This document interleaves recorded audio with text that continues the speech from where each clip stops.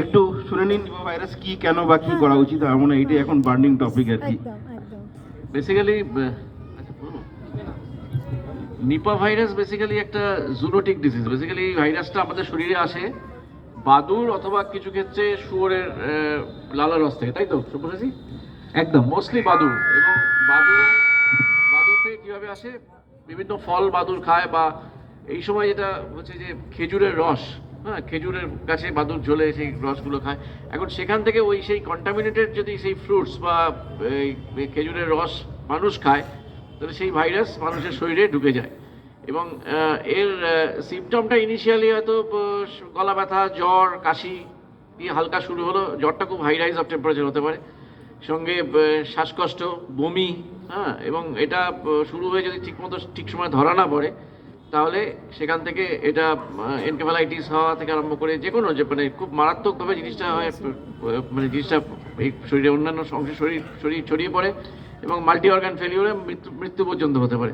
40 to 70% ক্ষেত্রে শোনা যায় যে এর থেকে মানুষের মৃত্যু পর্যন্ত হওয়ার সম্ভাবনা থাকে। আর ট্রিটমেন্ট বলতে সিমটোম্যাটিক ট্রিটমেন্ট, তাই তো সব বুঝেছি? একদম ট্রিটমেন্ট এখন ওয়েস্টবেঙ্গল গভর্নমেন্ট একটা ট্রিটমেন্ট অলরেডি চালু করেছে, আমার হাতেই রয়েছে। তো ট্রিটমেন্ট বলছে যে যদি পেশেন্ট লো রিস্ক হয়, মানে পেশেন্ট ইউজুয়ালি অ্যাসিমটোমেটিক, তাহলে আন্ডার অবজারভেশন ফর 21 ডেজ, মানে পেশেন্টকে আইসোলেশনে রাখতে হবে 21 দিন ধরে, এবং তাকে ডেলি টেলিফোনিক ফলো আপ করতে হবে যতক্ষণ না তার সমস্ত জ্বর, সর্দি, কাশি এগুলো কমে যায়। আর যারা হাই রিস্ক, মানে যাদের সঙ্গে বডি ফ্লুইডসের সঙ্গে কন্ট্যাক্ট এসছে, বা যারা কোনো মারা গেছে নিপা ভাইরাসে তাদের সংস্পর্শে এসছে, সেক্ষেত্রে যদি অ্যাসিমটোমেটিক থাকে তাহলে তাকে আমাকে 21 দিন ধরে বাড়িতে থাকতে হবে।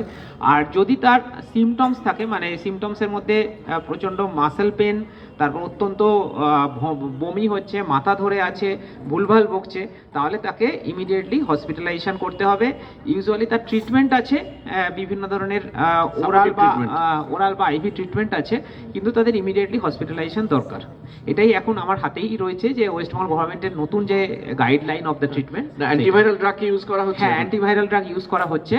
একটা কেমোপ্রোফাইল্যাক্সিস, মানে যাতে না হয় তার জন্য রিভাভিরিন ইউজ করা হচ্ছে 600 মিলিগ্রাম দিনে 2 বার করে 14 দিন।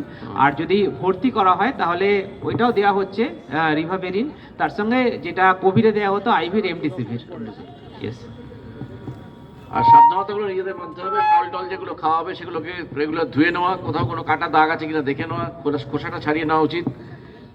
এমনি খেজুরের রস বা খেজুর গুড় একটু অ্যাভয়েড করা দরকার আছে এই সময়টায়। হাত ভালো করে ধোয়া, মাস্ক ইউজ করা, হ্যাঁ, এগুলো যেগুলো আমরা কোভিডের সময় অভ্যস্ত হয়েছিলাম সেই জিনিসগুলোকে আবার একটু খেয়াল রাখতে হবে। হ্যাঁ, আবার একটু ঝালিয়ে নিতে হবে, একটু সাবধান ওই থাকতে হবে। আরটিপিসিআর করেই ওই ট্রিটমেন্ট, মানে ডায়াগনোসিস হয়, যেটা সোয়াবের, হ্যাঁ, আরটিপিসিআরই ডায়াগনোসিস হয়। এটা সোয়াবটা নেগেটিভ কি পজিটিভ, যেভাবে আমরা কোভিডে করতাম সেই একইভাবে। ধন্যবাদ।